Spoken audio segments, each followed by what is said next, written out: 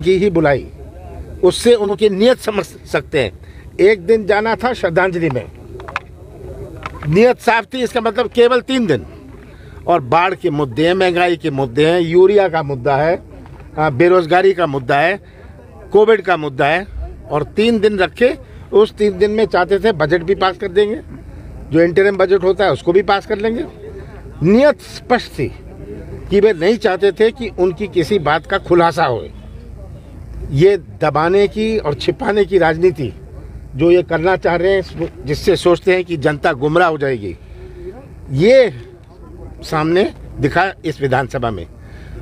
एक दिन तो श्रद्धांजलि के लिए स्थगित हुई, दूसरे दिन 3 घंटे चली, 3 घंटे भी नहीं, 2.5 घंटे चली।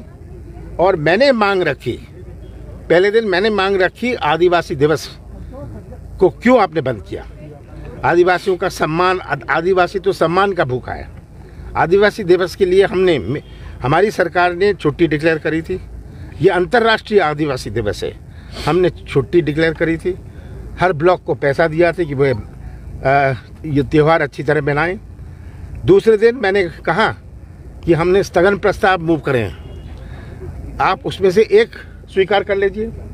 वो कह सकते थे कि स्थगन के रूप में नहीं, किसी और रूप में ले आइए, कोई चीज़ स्वीकार नहीं। और जो हमने ध्यान आकर्षण दिए थे, कम से कम 20 ध्यान आकर्षण थे, कोई स्वीकार नहीं। तो करें क्या? हम क्या सजावट के लिए बैठे? और विधानसभा समाप्त हो गई। ओबीसी रिजर्वेशन को लेके भी हमने ओबीसी रिजर्वेशन की बात मैंने उठाई कि इस पर चर्चा कर लें, इस पर भी चर्चा करने को तैयार नहीं। बेरोजगारी पर चर्चा करने को तैयार नहीं। किसान पीड़ित है, किसानों का दुख दर्द पर चर्चा करने को तैयार नहीं। कोविड पर चर्चा करने के तैयार नहीं। आज जो बाढ़ आए ग्वालियर चंबल साइड में, उस पर चर्चा करने को तैयार नहीं। तो ऐसी सरकार जिसकी आंख बंद है, कान बंद है, उनकी नीयत इससे स्पष्ट होती है। सर, ये भुट्टा पार्टी करके कल उन्होंने एक एकजुट होने का संदेश दिया है, जबकि